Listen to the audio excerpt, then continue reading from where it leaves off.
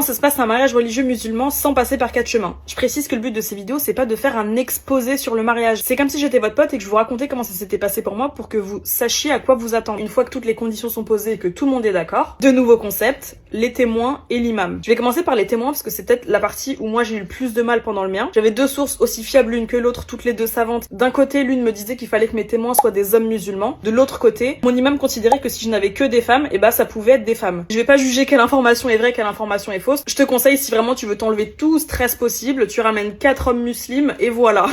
Comme ça au moins t'es tranquille. Mais effectivement, il faut que des témoins soient présents le jour du mariage. Si tu n'as pas de famille, tu peux même aller t'adresser aux personnes âgées de ta mosquée. C'est aussi là que tu vois le principe de communauté. Je veux vraiment lever cette inquiétude de oui j'ai pas de famille, oui j'ai pas de ceci, j'ai pas de cela. Il y aura toujours quelqu'un pour être là pour vous. Deuxième personnage, c'est l'imam. Effectivement, c'est pas obligatoire d'avoir un imam à son mariage, mais là où c'est une bonne idée à mon sens, c'est que c'est quand même un protocole qui est rigoureux et il faut que la personne qui encadre tout ça soit au fait de tous les critères qu'il faut réunir, soit capable de faire les récitations le jour du mariage, etc.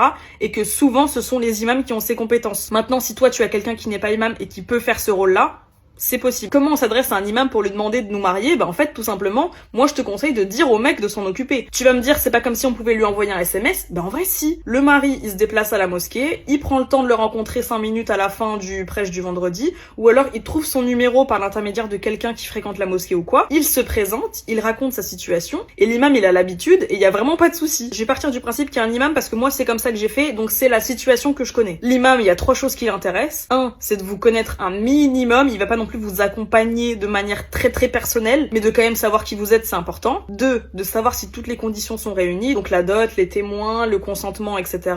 Et 3, la mairie. Peut-être que vous, ça ne vous intéresse pas, mais lui, ça l'intéresse beaucoup. Alors oui, ça existe des imams qui marient sans qu'il y ait le mariage à la mairie, mais la plupart des imams en France, ça les intéresse énormément que vous vous mariez à la mairie parce que c'est la loi. Et au-delà de ça, pour l'imam, c'est une garantie d'engagement. Et honnêtement, ça arrange tout le monde. Et la mairie, comment ça se passe? Tout simplement, tu vas à la mairie de ta ville, de la ville de ton mari ou bien de celle de vos parents. Tu leur dis, je m'appelle tant, je veux me marier avec Pierre, avec Paul, avec Jacques. Ils vont te remettre un formulaire que tu vas remplir. Ils vont te demander des pièces d'identité basiques, carte d'identité, acte de naissance, etc. Et ils vont te demander qui sont tes témoins. Là, vraiment, tu choisis qui tu veux. Même s'il y a 2 personnes qui passent dans le fond de la mairie le jour de ton mariage, tu peux leur demander d'être témoins. Et ces gens-là, ils devront aussi donner leur carte d'identité, signer un document, etc. Donc vraiment, c'est très simple. Pour avoir sa date à la mairie, il faut quand même s'y prendre assez tôt. Notamment si tu veux te marier en mai, juin, juillet. Je pense qu'aller demander 6-7 mois avant, c'est une bonne idée. Après, c'est un créneau de 30 minutes, ils vont toujours t'en trouver un. Là, il y a vraiment pas de souci. Je vais faire une partie 3 pour parler de la cérémonie en soi et après, je crois qu'on aura tout vu. Voilà. Bisous!